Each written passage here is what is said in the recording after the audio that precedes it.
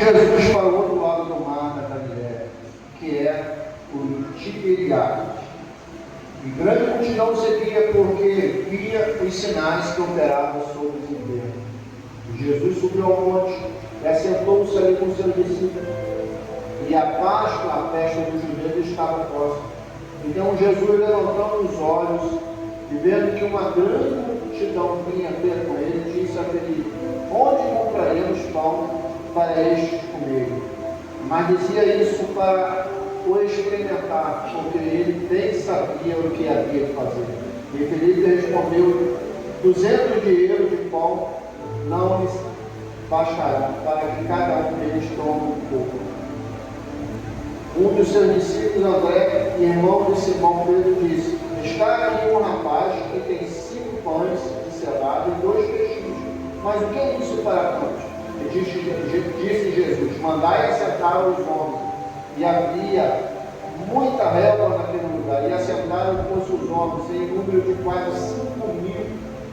E Jesus tomou o pão, tendo dado graça, partiu pelos discípulos, e os discípulos para os que estavam assentados, igualmente também os peixes, e todos eles, quanto eles queriam. E quando estavam saciados, disse a seus discípulos: recolhei os pedaços que sobejaram, para que nada se perca. Abra sua Bíblia agora em Coríntios, capítulo 11 de Coríntios.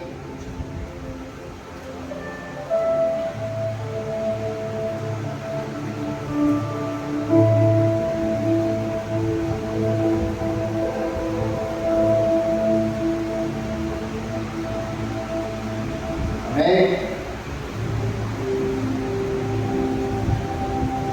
Diz o seguinte: nisto, no versículo 17, nisto, porém, o que vos dizei-vos, não vos louvo porquanto vos ajuntais, não para melhor, senão para pior. Porque antes de tudo ouço que quando vos ajuntais na igreja, entre vós dissensões, há entre vós dissensões, em parte eu creio, até importa que haja entre vós heresias, para que os que são sinceros não se manifestem entre vós. De sorte que quando vos ajuntais num lugar, não para comer a ceia do Senhor, porque comendo cada um toma antecipadamente a sua própria ceia.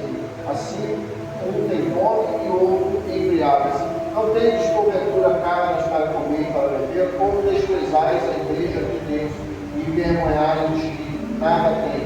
O que vos direi, louvai-vos nisso? Não de novo, porque eu recebi do Senhor, que também vos ensinei. A noite que Jesus foi para ele, tomou o pão, tendo dado graça, partiu e disse: tomai e comei, chamei o corpo que é tido por vós, fazei isso em memória de mim. Semelhantemente também, depois de ela tomou o cálice, dizendo: esse cálice é o novo testamento do meu sangue, fazei isso todas as vezes que bebeis em memória de mim. Põe a mão no assento, feche teus olhos. Eu falei, perdi uma pergunta, faz pouco, pode tirar o a respeito do que é ser discípulo. Como é ser discípulo do Senhor? Eu falei no início. E nós lemos 2 textos agora que parece que não tem nada a ver uma coisa com a outra. Mas eu vou trazer um contexto para você entender por que nós lemos as multiplicações dos pães, e nós temos 2 fases dessa. A primeira multiplicação e a segunda. A primeira foram quase 5.000 pessoas. Olha, 5.000 homens, fora mulheres e crianças. Estima-se que dava mais de 10.000 pessoas que comeram naquele dia. E na segunda multiplicação foram 4.000 homens, fora mulheres e crianças. Então eu aprendi,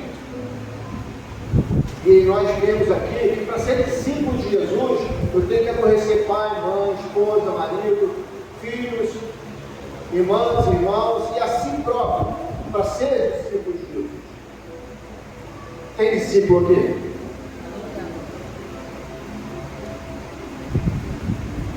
Hoje é o dia de Santa Ceia. Todos podem comer com Jesus? Todos podem comer com Jesus. Eu acho legal é o seguinte: eu vi o pastor falando que uma pessoa chegou para ele e falou: pastor, eu posso beber? Pode.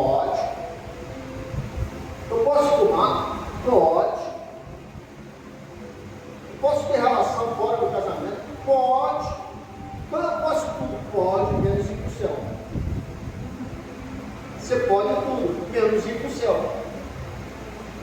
A Bíblia diz que tudo me é lícito, mas nem tudo me convém.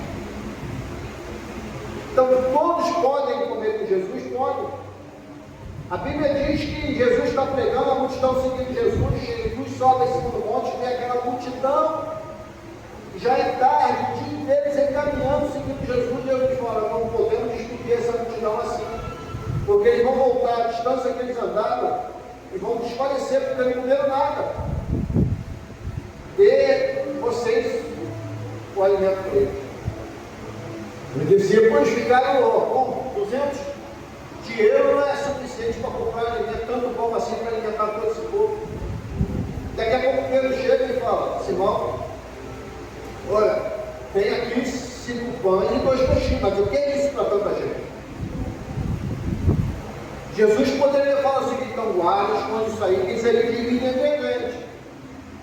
E manda eles embora, não tem como alimentá-los. Mas Jesus não faz isso.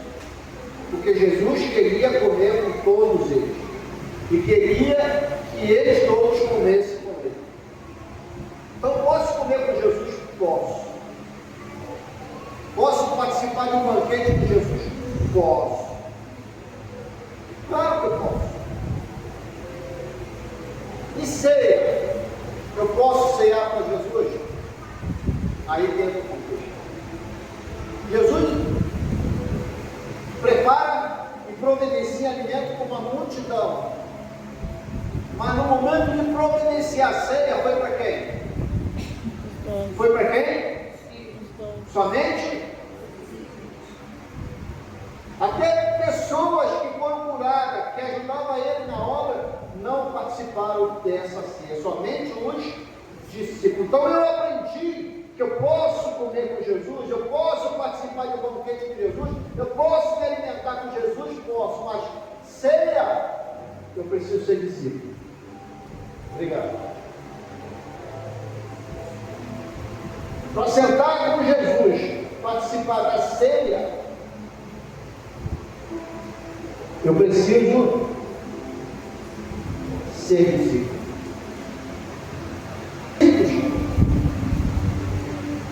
O que é ser discípulo? É ter compromisso. O que é discípulo? É ter responsabilidade. O que é discípulo? É viver uma vida de renúncia.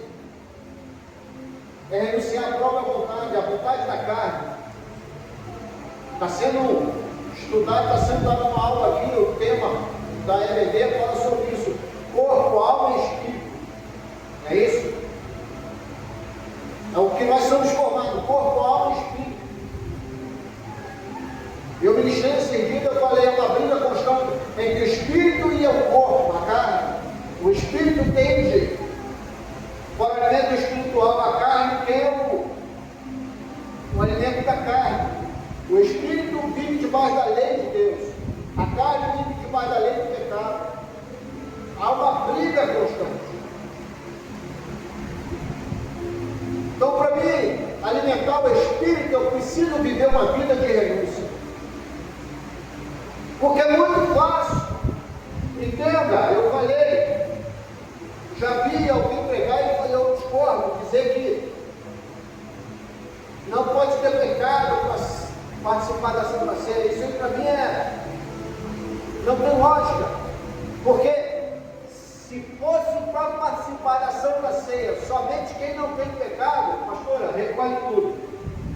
Porque ninguém vai participar do altar à portaria, ninguém vai participar. Porque nós somos pecadores. Então ninguém tem direito a participar. Se for por causa do pecado, se for para excluir quem é santo, dividir quem é santo, separar quem é santo ou pecador. Não tem santo. Tem aquele que se esforça mais, tem aquele que tenta viver uma vida de renúncia, tem aquele que procura ter mais compromisso, tem aquele que não falta culto, tem aquele que dá glória a Deus, tem aquele que tudo atribui a Deus, o bom ou o ruim, mas está glorificando, tem aquele que no momento dos bons dá glória a Deus, que no momento de dor e sofrimento está dando glória a Deus. A diferença é isso. Tem aquele que entende que se não fazendo, ele é Deus. Se não fizer, continua sendo Deus. Tem aquele que entende que eu sem Jesus não sou nada, Jesus sem mim continua sendo Jesus. Está entendendo? Então a diferença é isso, tem aquele que se esforça para se afastar do pecado. Briga com a carne. Então eu posso, todos podem comer com Jesus, todos podem se alimentar com Jesus, todos podem caminhar com Jesus, porque a multidão caminhava com Jesus. Todos podem caminhar com Jesus, mas sentar à mesa e cear com Jesus precisa ser discípulo. Tem igreja que serve Santa Ceia de qualquer maneira, eu já vi. E quem incorporou, já vi. Mas a Bíblia diz que se eu não aborrecer pai, não aborrecer mãe, não aborrecer filho, filha, esposa, marido, irmã, irmão, e a mim mesmo, eu não posso ser discípulo de Jesus. Então eu entendo que se eu não viver uma vida de Deus, se eu não negar a minha carne, porque a Bíblia também diz, aquele que quer me seguir, negue a si mesmo. Negue a si mesmo. Então, se eu quero seguir Jesus, eu preciso negar ao meu eu, a minha vontade, a vontade da minha carne. Aí é muito fácil eu dizer que a boca fala, muitas das vezes, aquilo que eu não cumpro. A boca fala, muitas das vezes, aquilo que eu não vivo. É muito fácil eu dizer que não viva mais eu, mas Cristo viva em mim. Meu Deus, não sabe o poder que isso tem. Porque se Cristo vive em mim, já não são as minhas vontades, é a vontade de Deus que tem prevalecido. Se Cristo vive em mim, o meu compromisso já não é com o mundo, meu compromisso é com o reino celestial. Está entendendo? Se Cristo vive em mim, eu dou a minha vida para o Senhor. Ninguém tira, mas eu dou. Eu ofereço a minha vida ao Senhor. Jesus, quando manda preparar a ceia, ele não arrasta a multidão. Ele não convida um monte de gente. Ele não convidou Lázaro e suas irmãs que eram próximos dele. Não. Não convidou. E outras pessoas que andavam lado a lado com ele. Aonde Jesus estava, tinham pessoas além dos discípulos que acompanhavam ele direto. Mas no momento da ceia, da última ceia, onde ele instituiu a ceia, no momento de Páscoa, ele reuniu somente os discípulos. Por isso que eu perguntei no início, quem é discípulo de Jesus? Não estou dizendo que discípulos são todos santos, não. Porque no meio dos discípulos tinha um traidor. No meio dos discípulos tinha um incrédulo. No meio dos discípulos tinha um que ia negar Jesus. Um fraco na fé. Um sanguíneo. Está entendendo? Ninguém era perfeito. Mas mesmo assim era discípulo. Por quê? Quando Jesus chama Pedro, Pedro era pescador junto com seu irmão André. O que mais eles faziam, o que mais eles buscavam era uma grande pesca. E naquele dia, naquela noite, eles não pegaram nada. Mas quando Jesus chama Pedro, entra no barco de Simão, ainda Simão, prega para a multidão, depois chega para Simão e fala: olha, lança o barco ao alto mar e lança a rede. Pedro fala: Senhor, temos trabalhado a noite inteirinha, mas sobre a tua palavra faremos isso. Foi a melhor pesca de Pedro. As redes pareciam que iam se romper. Grandes peixes pegaram, levaram até a margem. E quando Jesus fala, farei de vós pescador de homem, siga-me. O que Pedro faz? Larga tudo e começa a seguir Jesus. Larga o barco, larga aquela grande pesca, larga tudo e vai seguir Jesus. E assim como os outros, Mateus, cobrador de impostos, Jesus passa, ele olha curioso, Jesus larga essa banca e segue, largou tudo. Então foram homens que não pensaram duas vezes, largaram tudo em prol do reino, em prol do chamado, em prol do convite de Jesus. Todos nós que fazemos a obra do altar à portaria, nós recebemos esse chamado. Ninguém é obrigado, ninguém foi forçado, ninguém foi iludido, ninguém foi comprado. Todos foram convidados antes por Deus, depois pelos pastores, a fazer a obra, porque a recompensa não vem de mim, a recompensa vem de Deus. Se é alguém que pode fazer pela sua vida, obreiro, diácono, diaconito, não é o pastor Jorge, não é o pastor Ana Paula, é Deus, é o próprio Deus. Porque uma vez Jesus falou sobre isso, aquele que não abandonar tudo para me seguir, esse não pode ser meu discípulo. Aí eu, Pedro e os outros dizem assim, aí nós largamos tudo para te seguir. E Jesus fala, ninguém que tenha abandonado tudo para me seguir ficará de mãos vazias, porque há uma grande recompensa no céu. Aleluia, Jesus. Então Jesus ainda promete, ninguém que largou tudo para me seguir ficará de mãos vazias. O que eu entendo isso? Que o Senhor supriria todas as necessidades humanas aqui na terra. Buscai primeiro o reino de Deus e a sua justiça, e todas as demais coisas vos serão acrescentadas. Porque eu não posso viver uma vida de desculpa. Eu tenho que viver uma vida de renúncia. Jesus não pediu para você viver uma vida de desculpa, mas uma vida de renúncia, de compromisso. Sabe como é que a igreja hoje está? A igreja hoje tem funcionado, estou falando a maioria, graças a Deus aqui não tem isso. Amém ou não amém? A igreja hoje funciona da seguinte forma: eu dou desculpa e sou envolvido. Eu já falei isso várias vezes. Quando eu sou envolvido, eu deixo um pouquinho de trabalho e vou embora e volto para fazer os meus afazeres. E muitas das vezes eu primeiro faço os meus afazeres, para depois, se sobrar tempo, eu faço as coisas de Deus. Esse é o envolvido e que vive de desculpa.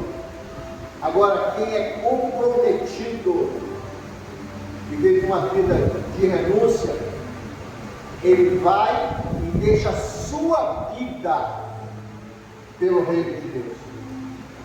E não dá desculpa, dá resultado. Amém ou não amém?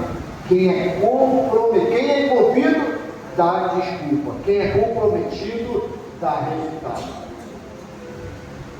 Quem está entendendo aqui? Então você vê que hoje vamos celebrar a Santa Ceia do Senhor. E no meio da ceia do Senhor acontece muita coisa. Muito. Já viu? É um momento muito tremendo. Porque Santa Ceia é um momento de reflexão. Feche os olhos. Reflita. Eu não vou nem te pedir para refletir a tua vida daí para trás, mas reflita o seu dia de hoje. A hora que você acordou, levantou da cama até agora, como foi o seu dia? Glorificou o nome do Senhor? Ou teve alguns tropeços? Palavras que não agradaram a Deus, pensamentos que não agradaram a Deus, atitudes que não agradaram a Deus? Como é que foi o seu dia? Eu estou falando só o dia de hoje. Domingo, como que foi o seu dia hoje? Nós obreiros estivemos aqui 7 horas da manhã. Eu e a pastora chegamos aqui, era mais ou menos às 15 para as 7. Lavamos a igreja inteira. 7 horas da manhã, estava aqui todos os obreiros lavando as igrejas. Todinha, lavamos tudo, para estar tudo perfumado e cheirosinho para você. Eu e a pastora montamos a Santa Ceia, 7 horas da manhã. Mas depois voltar para caçar, aqui já era 9 horas, 8 horas. E 1 hora com todo mundo junto, fizemos isso. Ser como discípulo é aquele que recebe o chamado do Senhor, e aonde o Senhor fala o seguinte: você quer beber da minha água, da água que eu dou? Aí você fala: quero, Senhor, eu quero ser seu discípulo, eu quero beber dessa água. Ele, então, farei fluir dentro de vós um manancial inesgotável de águas vivas. Amém, amém? Aí eu fui pesquisar, peraí, manancial de águas inesgotável. Amém? Né, pastor? Mas se é inesgotável, é para a vida inteira, é para a vida toda. Se eu beber dessa água que Cristo dá, nunca mais na minha vida terei sede e não terei falta dessa água. Amém ou amém? Glória a Deus. Presta bem atenção. Quem está vendo essa fonte aqui? Está funcionando, está vendo a água escorrendo? Quem está vendo aqui? Dá glória a Deus. A água está escorrendo? Está bonito? Não está chegando, está chegando não, Tatiana? Ah, está sem óculos. Então vem de perto para ver, Tatiana. Vem aqui a fonte. Está bonito? Está todo mundo enxergando? Quem não está enxergando? Fala a verdade. Lá atrás não está? Então vem aqui perto para ver. Pode levantar para ele, está vendo? Mas parou. Mas não é na fonte inesgotável. Voltou? Então eu entendo que a fonte só é inesgotável se eu estiver ligado ao Senhor. Se eu me desligar dele, essa fonte deixa de ser inesgotável. Quem está entendendo? Deus quer fazer fluir dentro de mim uma fonte inesgotável, mas ela só funciona se eu estiver ligado nele. Se eu for discípulo. Se eu estiver com ele, se eu estiver disposto a estar com ele, se eu estiver disposto a renunciar a ele, se eu estiver disposto a viver, como eu digo, que não viva mais eu, mas Cristo viva em mim, eu não sou de falar, mas de viver isso, pôr em prática isso. É difícil? É fácil? Não. Se fosse fácil, ele me chamava, mas como ele está te chamando, porque ele sabe que você é capaz. Está tudo esse irmão do teu lado, falando, você é capaz. Precisa estar ligado. Então, eu entendo. Olha, eu entendo alguma coisa. A multidão pode andar até com Jesus, mas na intimidade, somente discípulo. Na intimidade, somente discípulo. Multidão, muitas das vezes, não entra na intimidade.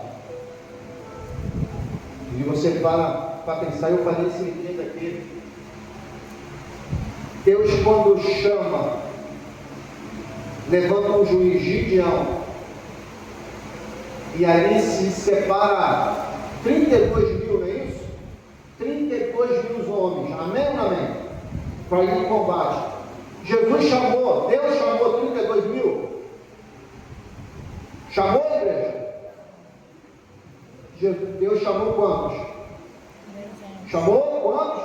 300. Fala, igreja, chamou quantos? Somente um. Mas através de Gideão se tornaram quanto? 32 mil almas. Aí eu falei e preguei recentemente, eu falei o seguinte: você foi formado por Deus? Quem acha que foi? Ah, você já está esperto, né? Eu falei que não. Você foi formado de uma matriz que Deus fez, porque a matriz foi Adão. Era para ser uma matriz perfeita, mas a matriz se corrompeu quando desobedeceu a Deus. E nós fomos feitos de uma matriz corrompida, por isso que nós somos pecadores.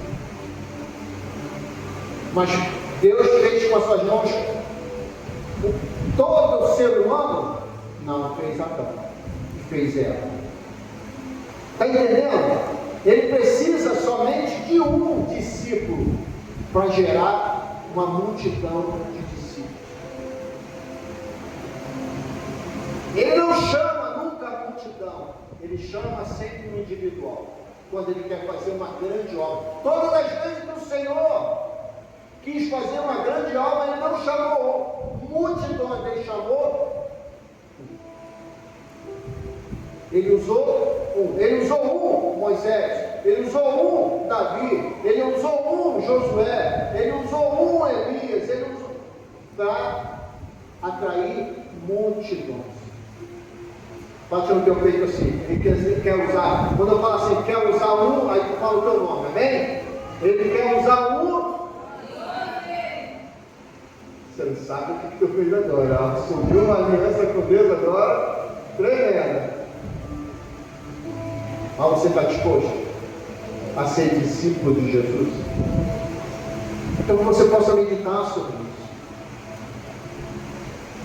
A multidão está caminhando em uma direção, e a Bíblia diz que nós fomos chamados para andar na contramão do mundo. Então, na contramão da multidão. E não é fácil, porque a gente vai ser atropelado, a gente vai ser pisoteado, a gente vai ser apedrejado, a gente vai ser caluniado, a gente vai ser perseguido, mas na contramão é que eu vou encontrar a presença do Deus Todo-Poderoso. É na contramão que eu vou fazer a vontade de Deus.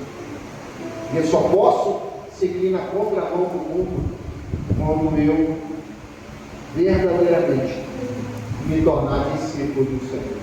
Então medita sobre essa palavra, medita nisso que Deus está me usando para falar.